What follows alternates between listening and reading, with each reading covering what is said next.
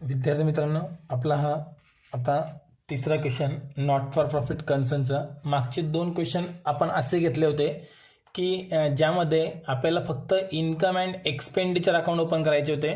पण आत्ताचा आपण जो क्वेश्चन तो तिसरा घेणार आहोत किंवा इथून पुढे जे क्वेश्चन घेणार आहोत तर तुम्हाला इन्कम एक्सपेंडिचर अकाउंटसुद्धा प्लस बॅलन्स शीटसुद्धा बनवायचं आहे. आणि असा क्वेश्चन तुम्हाला पेपरला बोर्ड पेपरला 12 मार्कांसाठी विचारला जातो. ठीक आहे, आता आपण हा क्वेश्चन स्टार्ट करू. काय म्हटले बघू आपण अगोदर. From the following receipt and payment account and additional information prepare income and expenditure account. बघा विचारलं काय आहे. Prepare income and expenditure account for the year ended 31 March 2019 and balance sheet. आणि अजून काय विचारलं आहे आपल्याला, balance sheet as on that date, त्याच दिवसाचं म्हणजे 31 मार्च 2019च आपल्याला बॅलन्स शीट सुद्धा विचारलेलं आहे. आता बघा इथं पण थोडंसं करेक्शन आहे, डेट आपल्याला चेंज करायची आहे.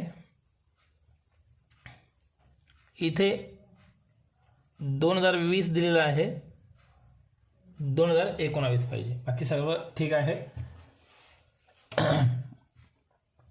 फक्त ते 31 मार्च 20च्या ठिकाणी 31 मार्च 2019 करून घ्या. आता रिसिप्ट साइड म्हणजे कॅश कम्स इन आहे, कॅश कम्स इन. आणि पेमेंट म्हणजे इथे कॅश आपल्याकडनं गोज आउट आहे. ठीक आहे, इथे कॅश गोज आउट. नोंद कुठे कुठे करणार, लहानसा क्वेश्चन आहे, समजून घ्या व्यवस्थित. बॅलन्स ब्रॉट डाऊन म्हणजे हा कॅशचा ओपनिंग बॅलन्स आहे. 31 मार्च 2019 एंडिंग आहे, 1 एप्रिल 18 ओपनिंग होती. तर हा 1 एप्रिल 18चा ओपनिंग बॅलन्स आहे, जो आपण कुठे घ्यायचा नाही. आपण 31 मार्च 18चं हा कॅशचा बॅलन्स आहे, कॅशचा बॅलन्स आपण ॲसेटला घेतो. हा केव्हाचा बॅलन्स आहे, 1/4/2018चा बॅलन्स आहे. तारीख दिलेली नाही, आपल्याला समजून घ्यावं लागेल, हे काही करेक्शन नाही आहे. तर 1/4/18 आणि इथे पेमेंटला जो दिलेला असतो हा असतो क्लोजिंग म्हणजे 31/3/19चा बॅलन्स दिलेला आहे. तर आपल्याला हा बॅलन्स जो आहे कॅशचा आहे, हा पण कॅशचा आहे, पण हा ओपनिंगचा आहे, हा क्लोजिंगचा आहे. आपण बॅलन्स शीट जो बनवणार ते 31/3/19चं बनवणार. मग आपण बॅलन्स शीटला ही अमाऊंट घ्यायची, ही घ्यायची नाही. हां, जर तुम्ही ओपनिंगचं बॅलन्स शीट जर बनवलं तर त्यावेळेला तुम्हाला हा बॅलन्स ओपनिंगच्या ॲसेटला घ्यावा लागतो. पण 99% तुम्हाला ओपनिंग बॅलन्स शीट बनवायचं सांगत नाहीत. ठीक आहे, म्हणजे हा बॅलन्स तुम्ही इग्नोर करा, सोडून द्या. सबस्क्रिप्शन घेतो आपण इन्कममध्ये, डोनेशन पण येऊन जाईल इन्कममध्ये. रेव्हेन्यू म्हटलं आहे, इथं जर कॅपिटल म्हटलं असतं लायबिलिटीमध्ये गेलं असतं. एंट्रन्स फीज इन्कम, इंटरेस्टसुद्धा इन्कम. म्हणजे हे सर्व बॅलन्सेस तुमचे इन्कममध्ये कन्सिडर होणार आहेत. पुढे काय म्हटलं बघू आपण. पेमेंट साईडला सॅलरीज आहे, एक्सपेंडिचरला येईल. Printing stationery expenditure, commission expenditure, rent expenditure, electricity charges expenditure, furniture assets. Balance carried down म्हणजे हा कॅशचा क्लोजिंग बॅलन्स आहे, हा आपल्याला ॲसेटला घ्यावा लागेल. आता हा रेंट तुम्हाला पेमेंटला दिला म्हणून एक्सपेंडिचर, आणि हा जर रिसिप्टला आला असता तर मग तुम्हाला इन्कमला घ्यावा लागला असता. ठीक आहे, बॅलन्सेस आपण टिक करून घेतले. लहानसा क्वेश्चन आहे, बेसिक क्वेश्चन. सबस्क्रिप्शनची ॲडजस्टमेंट सगळ्यात महत्त्वाची आहे ह्या क्वेश्चनमध्ये. ठीक आहे, आउटस्टँडिंग रेंट वाज ₹200. रेंट द्यायचं बाकी आहे, रेंटवर टिक करू. या रेंट द्यायचं बाकी आहे. पहिला परिणाम आउटस्टँडिंग एक्सपेन्सेसचा परिणाम. ॲडजस्टमेंट सगळ्या मी समजवलेल्या आहेत, तुम्हाला ते ॲडजस्टमेंट समजल्या पाहिजे, माहिती असल्या पाहिजे.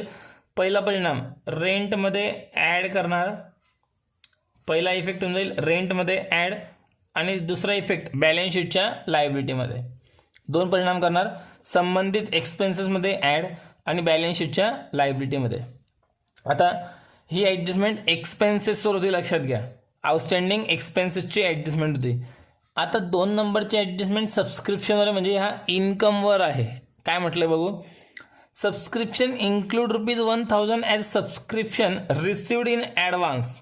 आता बघा ह्या सबस्क्रिप्शनवर एक ॲडजस्टमेंट काय म्हटलेली आहे, ₹1000 इन्क्लूड म्हणजे समाविष्ट असणे. कशामध्ये समाविष्ट आहेत, या 5000 मध्ये ₹1000 समाविष्ट आहेत. रिसिव्ड इन ॲडव्हान्स कसे मिळाले आपल्याला, ॲडव्हान्स मिळून गेलेले आहेत. म्हणजे पुढच्या वर्षाचं इन्कम चालू वर्षी मिळून गेलेलं आहे, पुढच्या वर्षाचं चालू वर्षी मिळून गेलेलं आहे. म्हणजे आपल्याला हे ॲडव्हान्स इन्कम आहे. पहिला परिणाम काय करायचा, 5,000मध्ये 1,000 रुपये पुढच्या वर्षाचे आहेत, नेक्स्ट इयरचे आहेत. मग चालू वर्षाचं इन्कम तर नाही आहे, एवढं फायनल झालं. हे चालू वर्षाचं इन्कम नाही. चालू वर्षाचं इन्कम जर नाही आहे तर इन्कममधून अगोदर काय करा, लेस. म्हणजे सबस्क्रिप्शनमधून अगोदर काय होऊन जाईल, लेस होऊन जाईल. म्हणजे इथे आपण टिक केली बघा, सबस्क्रिप्शनमधून लेस करून टाका. 2 परिणाम होतील, 2 परिणाम. दुसरा परिणाम कुठे करणार, तर चालू वर्षाचं इन्कम नाही आहे पण मिळून गेलेलं आहे. आता ज्याने हे 1,000 रुपये भरले, हे केव्हाचे भरलेत, आपलं वर्ष कधीचं आहे बघा. आपण जे वर्ष सॉल्व करतोय ते 2018-19 करतोय, हे आपलं करंट इयर आहे. आणि पुढचं वर्ष कोणतं येईल, 2019-20. ह्या वर्षाचं इन्कम तुम्हाला ह्या 18-19 मध्ये मिळून गेलं, बरोबर आहे. मग आता ज्याने 19-20चे पैसे 18-19 मध्ये देऊन टाकले, जर तो व्यक्ती 19-20 सुरू होण्याच्या आधी किंवा सुरू झाल्याबरोबर सांगतोय की मला इथे मेंबर नाही बनायचं आहे, वर्गणी नको द्यायची आहे, मला वर्गणी परत पाहिजे, तर 99% केसमध्ये ही वर्गणी परत कोणी मागत नाही. पण आपण एक गृहीत धरतोय अकाउंटिंग करण्यासाठी. जर ह्या व्यक्तीने ते पैसे आपल्याला पुढचं वर्ष सुरू झाल्याबरोबर परत मागितले, तर ही जी वर्गणी आपल्याला मिळाली आहे 19-20 ह्या पूर्ण वर्षाकरता मिळालेली आहे. आणि जर कोणी समजा परत मागतं परत द्यावी लागेल, बरोबर आहे.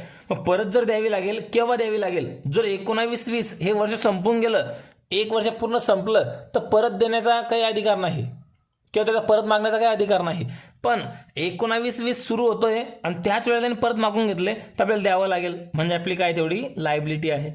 आता हे तुम्हाला लवकर लक्षात नाही आलं असेल, तुम्हाला क्लासच्या फीवरनं मी उदाहरण समजावून सांगतो, एकदम लवकर लक्षात येईल. आता समजून घ्या, तुम्ही 12वी मध्ये आहात. आता जे वर्ष आपलं सुरू आहे 20-21, तुम्ही 12वी मध्ये आहात. 12वीची फीस तुम्ही भरली 5,000 रुपये. आता जर समजा तुम्ही FYची फीज 2,000 रुपये, जी बी काही फी असेल, समजा FYची 10,000 फी आपली आहे आणि तुम्ही 2,000 रुपये मला FYचे आत्ताच 12वी मध्ये देऊन टाकले ॲडव्हान्समध्ये. बघा आता काय झालं, आपली 12वीची फीज 5,000 समजून चला, FYची फीज 10,000. पण तुम्ही आता फक्त 12वी मध्ये, तुमचं काम काय 12वीची फीस पेड करा. पण तुमच्यापैकी काय केलं, एका विद्यार्थ्याने मला 7,000 रुपये दिले. त्यात त्यांनी सांगितलं की सर आत्ता या 12वीचे 5,000 जमा करून घ्या आणि पुढच्या वर्षाचे FYचे म्हणजे फर्स्ट इयरचे 2,000 रुपये जमा करून ठेवा. म्हणजे मला ॲडव्हान्समध्ये मिळालेत की नाही, बघा, रिसिव्ड इन ॲडव्हान्स. इथपर्यंत क्लिअर आहे. ॲडव्हान्समध्ये मिळाले कोणते, FYचे पैसे. आता काय होतंय, 2,000 रुपये मला ॲडव्हान्समध्ये मिळून गेले. मी काय करेल, माझं इन्कम चालू वर्षाचं आहे का अगोदर हे बघा. 2,000 माझं चालू वर्षाचं इन्कम नाही, हे इन्कम केव्हाचं आहे, पुढच्या वर्षाचं इन्कम आहे. चालू वर्षाचा विचार करा, चालू वर्षाचं इन्कम आहे का, नाही. म्हणून मी इन्कममधून काय करणार अगोदर, लेस. सबस्क्रिप्शन आपण इन्कममध्ये घेतो, इन्कममधून काय करणार अगोदर, लेस करणार. राहिला विषय दुसरा परिणाम. आता माझं इन्कम केव्हा होईल रे, जेव्हा पुढच्या वर्षी तुम्ही क्लासला येणार तेव्हाच ते माझं इन्कम होईल. पण ज्याने मला ॲडव्हान्स 2,000 दिले त्याने मला असं सांगितलं की सर मी ॲडमिशन पुण्याला घेतोय, मला चोपड्यात नाही राहायचं आहे, मला पुण्याला ॲडमिशन घ्यायचं आहे. तर मी सांगेल ठीक आहे पुण्याला घे, काही हरकत नाही, चांगली गोष्ट आहे. पण तो सांगेल सर मी तुम्हाला FYचे 2,000 रुपये देऊन ठेवले ते ॲडव्हान्स, त्याचं काय करणार, तर मला परत द्यावे लागतील की नाही द्यावे लागतील, मला ते परत द्यावे लागतील. जोपर्यंत क्लासा तो येत नाही तोपर्यंत मला ते पैसे देणं आहे. म्हणून दुसरा परिणाम कुठे करून ठेवला आपण, लायबिलिटीमध्ये करून ठेवला. समजले ॲडजस्टमेंट. म्हणजे ॲडव्हान्स जर मिळाला आहे तर पहिला परिणाम सबस्क्रिप्शनमधून लेस करून टाका आणि बॅलन्स शीटच्या लायबिलिटीमध्ये घ्या. हा झाला पहिली एकच ॲडजस्टमेंटचा परिणाम झाला. याच्यामध्ये आणखीन दुसरी ॲडजस्टमेंट त्यांनी दिलेली बघा, इथे अँड म्हटलेलं आहे. काय म्हटलं बघू, subscription outstanding for current year ₹500. आता करंट इयरची आउटस्टँडिंग आहे, मिळायची बाकी आहे. सिंपल ॲडजस्टमेंट, प्रत्येक उदाहरणामध्ये येणारे ॲडजस्टमेंट आहे. काय करायचं, सबस्क्रिप्शनमध्ये ॲड करायचं आणि बॅलन्स शीटच्या ॲसेटला घ्यायचं. एकदम सिंपल, प्रत्येक उदाहरणामध्ये येणारे ॲडजस्टमेंट आहे. सबस्क्रिप्शनवर किती ॲडजस्टमेंट होऊन गेल्या, 2. काय ही ॲडजस्टमेंट, सबस्क्रिप्शन मिळायचं बाकी आहे. मिळायचं बाकी म्हणजे काय, समजा तुमच्याचपैकी एखादा विद्यार्थी असेल, 12वीची फी 5,000 रुपये आहे आणि त्याने फक्त काय केले, 4,500 रुपये दिले आणि म्हटले की सर 500 रुपये बाकी राहू द्या. बाकी राहू द्या म्हटल्यानंतर मी तर हो म्हटलं, पण माझं इन्कम तर चालू वर्षी 5,000 आहे. हे 500 तो कधी देईल, पुढच्या वर्षी देईल. जेव्हा देईल त्या वर्षाचा इन्कम नाही आहे, चालू वर्षाचा इन्कम आहे. म्हणून मी काय करणार, सबस्क्रिप्शनमध्ये ॲड करून ठेवले. मिळालेले नाहीत अजून, म्हणून आपण ॲसेटला घेऊन ठेवू. मिळायचे बाकी आहेत, घेणं आहे माझं, म्हणून बॅलन्स शीटच्या ॲसेटला. ही जी सेकंड ॲडजस्टमेंट आपण बघितली ना, ही प्रत्येक उदाहरणामध्ये येणारे पाठच करून टाका. आउटस्टँडिंग सबस्क्रिप्शन चालू वर्षाचं जर असेल तर सबस्क्रिप्शनमध्ये ॲड आणि बॅलन्स शीटच्या ॲसेटला सगळं समजून तुम्हाला मी दिलेलं आहे ॲडजस्टमेंटमध्ये सुद्धा. तिसरी adjustment, depreciate furniture @8% per annum. फर्निचरची ॲडजस्टमेंट आहे डेप्रिसिएशनची. फायनल अकाउंटला आपण घेतलेली सगळ्यांच्या आवडीची ॲडजस्टमेंट. फर्निचरमधून लेस करून टाकू आणि दुसरा परिणाम करायचा एक्सपेंडिचरला. हे बघा इथे फर्निचर आहे, फर्निचरला आपण स्टार करून ठेवलं. फर्निचरमधून लेस करू आणि बॅलन्स शीटच्या ॲसेटला फर्निचरमधून लेस करू आणि खर्च म्हणून एक्सपेंडिचरला ट्रान्सफर करू. 50% entrance fees should be capitalise. 50% entrance fees capitalise करायचं आहे. मग एंट्रन्स फीजमधून 50% लेस करायचे आणि दुसरा परिणाम करायचा बॅलन्स शीटच्या लायबिलिटीमध्ये कॅपिटल फंडमध्ये ॲड करायचं. बॅलन्स शीटच्या लायबिलिटी कॅपिटल फंडला काय करायचं, ॲड. बघा हे एंट्रन्स फी, याला टिक केलं आपण. इन्कम 4,000 आहे, त्यातून 2,000 लेस करायचे. जे लेस केले ते लायबिलिटीला कॅपिटल फंडमध्ये ॲड करायचे. आत्तापर्यंत कॅपिटल फंड आपल्याला माहिती नव्हता, पण बघा 5व्या ॲडजस्टमेंटला देऊन टाकला आहे. Capital fund was ₹3,000. याचा एकच परिणाम करायचा लायबिलिटीमध्ये. तुम्ही म्हणा सर एकच परिणाम का बरं, ॲडजस्टमेंटचे 2 परिणाम व्हायला पाहिजे. बरोबर आहे, पण लास्ट इयरची कोणती पण अमाऊंट असेल तर एकच परिणाम करा. हा कॅपिटल फंड मागच्या वर्षाचा आहे की नाही, म्हणून याचा फक्त एकच परिणाम होतोय बॅलन्स शीटच्या लायबिलिटीमध्ये. आणि पूर्ण क्वेश्चन मी समजून सांगितलं. आता फक्त आपल्याला बॅलन्सेस ट्रान्सफर करायचे आहेत, ॲडजस्टमेंट सॉल्व्ह करायचे आहेत. ठीक आहे, आता आपण आन्सर सॉल्व्ह करू. बघा आन्सर सॉल्व्ह करण्यासाठी आपला हा तिसरा क्वेश्चन आहे. मी इथे नंबर देतो 3 नंबर. तिसरा नंबर दिला. आता इन्कम एक्सपेंडिचर ओपन केलेलं आहे आणि बघा लगेच मी खाली बॅलन्स शीट ओपन केलेलं आहे. जेव्हा इन्कम एक्सपेंडिचरला परिणाम करायचे आहेत तेव्हा मी इथे परिणाम करेल. बॅलन्स शीट सांगितलं की नोटबुक मी वरती घेईल, इथे परिणाम करेल. थोडं तुम्ही व्यवस्थित समजून घ्यायचं आहे, कारण ते फायनल अकाउंटसारखं समोरासमोर लिहिता येणार नाही आहेत, जागा जास्त लागते याला. म्हणजे हा जो स्पेस असतो एक्सपेंडिचर इन्कम, इथे जागा जास्त लागते. म्हणून आपण फायनल अकाउंट जे होतं ते आपण नोटबुक क्रॉस करून असं सॉल्व्ह करून घेत होतो. इथे एक अकाउंट, इथे एक अकाउंट, पण ते मावत नाही, म्हणून आपण ते ह्या प्रकारे सॉल्व्ह करतोय. फक्त तुम्हाला काय होणार आहे की इन्कम आणि एक्सपेंडिचर दोघी एक सोबत तुम्हाला दिसणार नाही आहेत. तुम्हाला जेव्हा इन्कम एक्सपेंडिचरला परिणाम करायचे आहेत तेव्हा इन्कम एक्सपेंडिचर अकाउंट दिसेल, जेव्हा बॅलन्स शीटला परिणाम करायचे तेव्हा बॅलन्स शीट दिसेल. गोंधळ बिलकुल व्हायला नको. ठीक आहे, आता आपण आन्सर सॉल्व्ह करायला सुरुवात करू. काय म्हटलंय बघू आपण आता. बॅलन्सेस ट्रान्सफर करू, ज्यावर ॲडजस्टमेंट आहेत ते परिणाम आपल्याला सॉल्व्ह करायचे आहेत.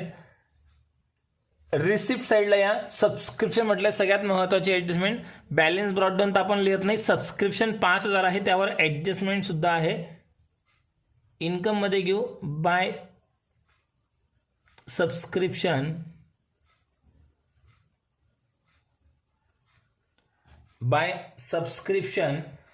आणि सबस्क्रिप्शनची अमाऊंट आहे 5,000 रुपये. त्यावर 2 ॲडजस्टमेंट आहेत. इनर कॉलममध्ये आपण अमाऊंट लिहून ठेवली सबस्क्रिप्शनची 5,000 रुपये. ॲडजस्टमेंट आपण लगेच पण सॉल्व्ह करू शकतो किंवा नंतर सॉल्व्ह करा, केव्हा पण सॉल्व्ह केली तरी पण चालेल. आपण लगेच ॲडजस्टमेंट सॉल्व्ह करून टाकू. काय म्हटलंय बघू. ॲडजस्टमेंट 2 नंबरच्या ॲडजस्टमेंटला या 5,000 मध्ये सबस्क्रिप्शन इन्क्लूड्स, म्हणजे या सबस्क्रिप्शनमध्ये समाविष्ट आहेत 1,000 as subscription received in advance. याच्यामध्ये पुढच्या वर्षाची ॲडव्हान्सची याच्यामध्ये आपल्याकडे मिळालेली आहे. मग इथून काय करून टाका, त्याला लेस. चालू वर्षाचा नाही आहे तर लेस करून टाक. मागच्या वर्षाचा असू दे किंवा पुढच्या वर्षाचा असू दे, लेसच होईल. इथून लेस करून टाका. लेस करताना मात्र नाव द्यायचं ॲडव्हान्स सबस्क्रिप्शन. इथे म्हणू received in advance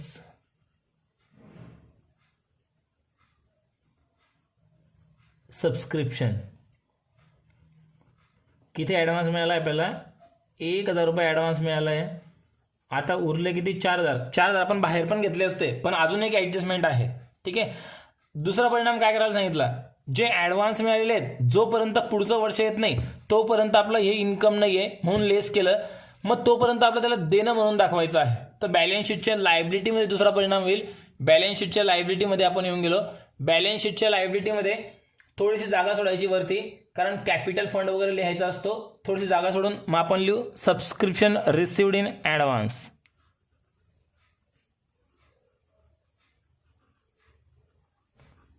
subscription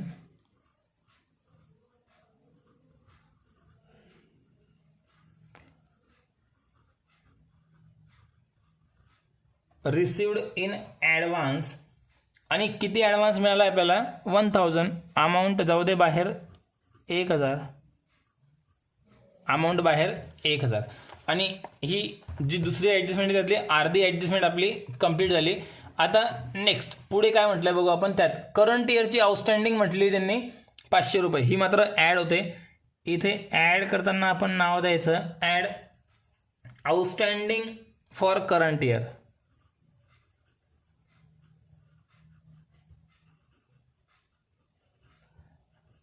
outstanding for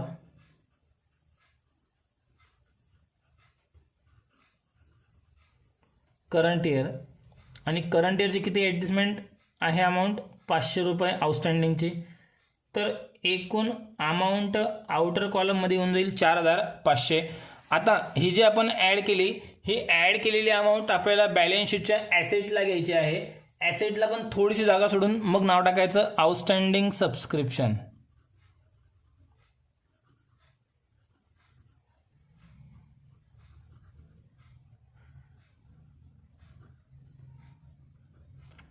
outstanding subscription कोणत्या वर्षाचं म्हटलेलं नाही, म्हणजे चालू वर्षाचं आहे. आणि किती अमाऊंट आहे? ती 500 रुपये. संपलं. आता इथून पुढे आउटस्टँडिंग सबस्क्रिप्शन आपण लिहिलं. आता सबस्क्रिप्शनची दुसरी ॲडजस्टमेंट पूर्ण संपली. नेक्स्ट आता काय म्हटलंय बघा, रिसिप्टला या पुन्हा डोनेशन म्हटलंय रेव्हेन्यू 5000 आहे. इन्कममध्येच घेणार आपण, त्याला नाव देऊ बाय डोनेशन. इथे रेव्हेन्यू म्हटलं नाही म्हटलं तरी पण चालेल. अमाऊंट आहे 5000 रुपये. त्यानंतर एंट्रन्स फीज आहे 4000 रुपये. इन्कम आहे, त्यावर ॲडजस्टमेंट सुद्धा आहे.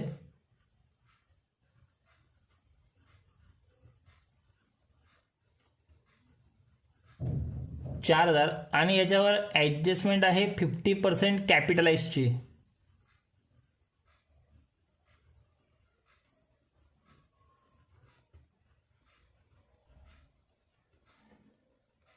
कॅपिटलाइज 50% करायची म्हटल्यानंतर ती अमाऊंट येईल 2000. 4000वर 50% म्हणजे अर्धी रक्कम येईल 2000 रुपये. इथून तर आपण लेस केलं.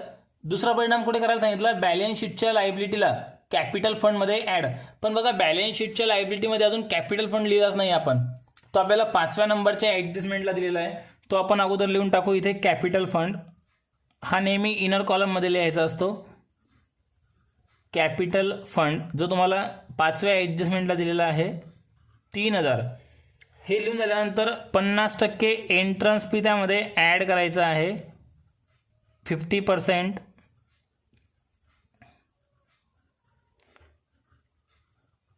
एंट्रन्स फीज किती रुपये? 50% होती. 4000वर 50% 2000. ती 2000 रुपये आपल्याला इथं ॲड करायचे आहेत. 2000 रुपये इथे आपण ॲड करून टाकले. आणि ही पण एक ॲडजस्टमेंट संपली. रिसिप्टला पुढचा बॅलन्स दिला आपल्याला इंटरेस्ट 1000 रुपये. आपण तो इन्कममध्ये लिहून टाकू. इंटरेस्ट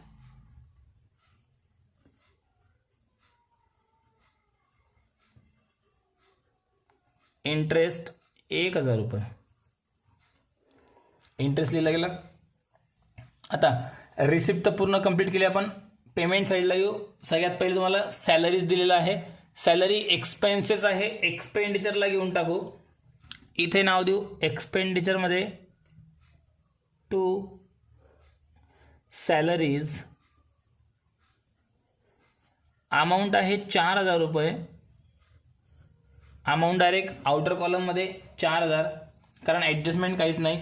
नंतर प्रिंटिंग अँड स्टेशनरी 1000. यावर पण काही ॲडजस्टमेंट नाही.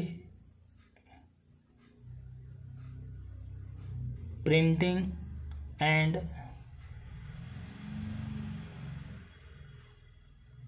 स्टेशनरी 1000. यानंतर कमिशन सुद्धा तिथंच येईल 500 रुपये, ॲडजस्टमेंट काहीच नाही आहे.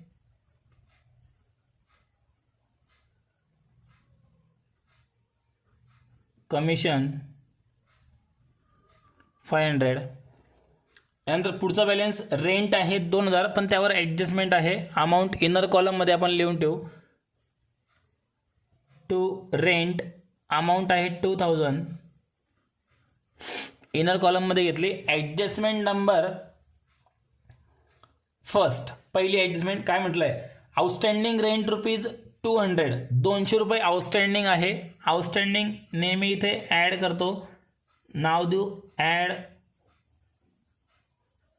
आउटस्टँडिंग. किती रुपये आउटस्टँडिंग आहे, 200 रुपये आउटस्टँडिंग आहे. मग इथं ॲड करून टाकू 200 रुपये, 200 ॲड करून 2200 बाहेर. आणि देणं बाकी म्हटल्यानंतर बॅलन्स शीटच्या लायबिलिटीमध्ये पण आलं पाहिजे. बॅलन्स शीटच्या लायबिलिटीमध्ये आलं पाहिजे. बॅलन्स शीटच्या लायबिलिटीमध्ये नाव देऊ आउटस्टँडिंग रेंट.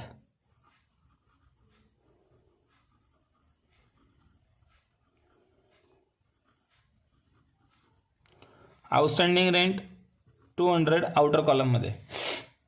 ही पण ॲडजस्टमेंट संपली. रेंट पण लिहिलं गेलं. इलेक्ट्रिसिटी चार्जेस 1500 रुपये, ॲडजस्टमेंट काहीच नाही. एक्सपेंडिचरला फक्त ट्रान्सफर करू.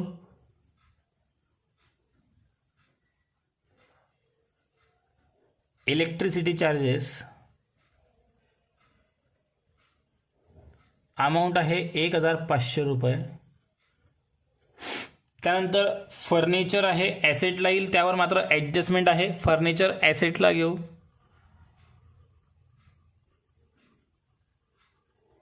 फर्निचर ॲसेट्समध्ये 8000 रुपये. त्यावर ॲडजस्टमेंट नंबर 3, फर्निचरवर 8% डेप्रिसिएशन सांगितलेलं आहे. फर्निचरवर 8% डेप्रिसिएशन सांगितलेलं आहे. लेस करतो आपण, इथं नाव देऊ लेस.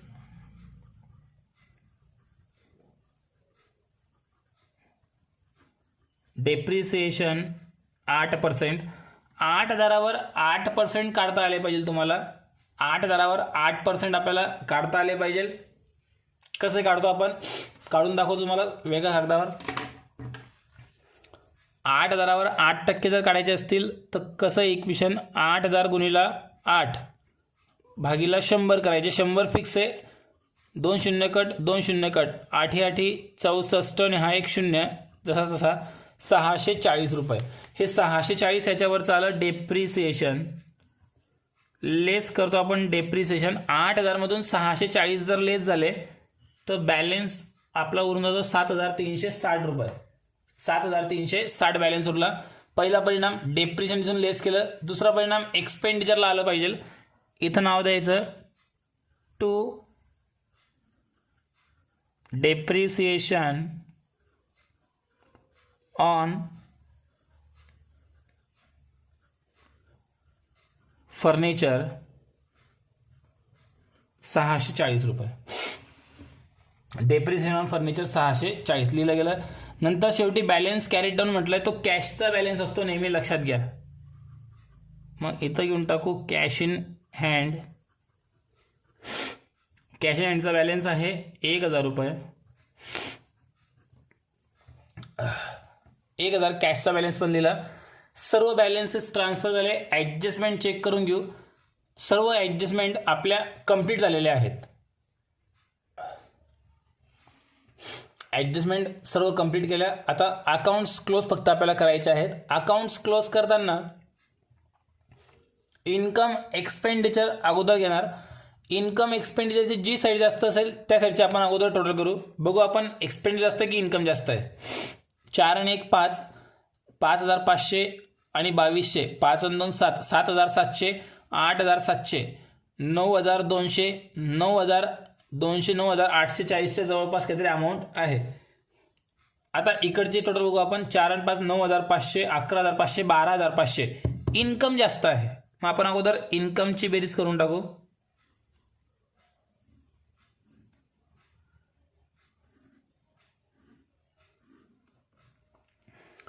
इन्कमची पुन्हा एक वेळा बेरीज. 1 आणि 2 3 आणि 5 8 आणि 4 12500 रुपये. 30 टोटल घेणार आपण. एक्सपेंडिचरमध्ये 12,500. आता 12,500मधून वरच्या अमाऊंट काय करून टाकायच्या सगळ्या लेस, आणि इथे जो फरक पडला त्याला आपण नाव द्यायचं टू सरप्लस. आणि हा सरप्लस कसा आला, इन्कम जास्त असल्यावर आला, म्हणून इथं लिहायचं excess of income over expenditure. Excess of income over expenditure कसा काढायचा, 12,500मधून वरच्या अमाऊंट काय करून टाका लेस. आपण साईडला कॅल्क्युलेशन करून घेऊ. इथे 12,500 मायनस एनची टोटल, 1 0 कॉमन, 4 पण सेम, 6 आणि 5 11 आणि 2 13 आणि 5 1808, 1 कॅरी ऑन, 1 आणि 1 2, 2 आणि 2 4 आणि 1 5 आणि 4 9, 9,840 लेस करून टाका. किती उरला, 10तून 4 गेले 6, 15तून 9 गेले 6, 12तून 10 गेले 2, 2,660 रुपये इथं फरक आला. तो आपण लिहिला इथे 2,660 रुपये. ह्याला काय म्हटलं आपण, सरप्लस. हा आपण शोधून काढला, लक्षात घ्या. सरप्लस जर आला तर कॅपिटल फंडला ॲड करून टाका. इथं नाव द्यायचं ॲड सरप्लस. पूर्ण काही लिहायची गरज नाही, फक्त सरप्लस लिहा. आणि किती सरप्लस आहे, 2,660 रुपये. 2,660 रुपये ॲड केल्यानंतर टोटल बाहेर घ्या. 3 आणि 2 5 आणि 2 7, 7,660 रुपये ॲड केले, अमाऊंट बाहेर. आता अमाऊंट बाहेर लिहिल्यानंतर बॅलन्स शीटची टोटल करा, दोघी साईडची जर सारखी आली तर आपला आन्सर बरोबर. टोटल करू आपण. इकडे पेमेंट ॲसेट साईडला 1 0 कॉमन आहे, नंतर 6 सेम, 5 आणि 3 8, नंतर 1 आणि 7 8. इकडची बेरीज करू आपण, 8,860 इकडची बेरीज आहे. इथे बघू आपण 1 0 कॉमन, 6 सेम, 2 आणि 6 8, 1 आणि 7 8, 8,860 रुपये. बॅलन्स शीट पण टॅली होऊन गेलं. तुम्हाला मी नोटबुक क्रॉस करून ठेवतो तुम्हाला आन्सर लिहिण्यासाठी. हे बघा, तुम्हाला पूर्ण आन्सर इथे दिसेल. दिसत नसेल तर मग आपण या प्रकारे पण लिहू शकतात. इतकं स्क्रीनशॉट काढून घ्यायचं आहे, त्यानंतर मग हे आन्सर, आणि पूर्ण आन्सर आपलं इथे कंप्लीट.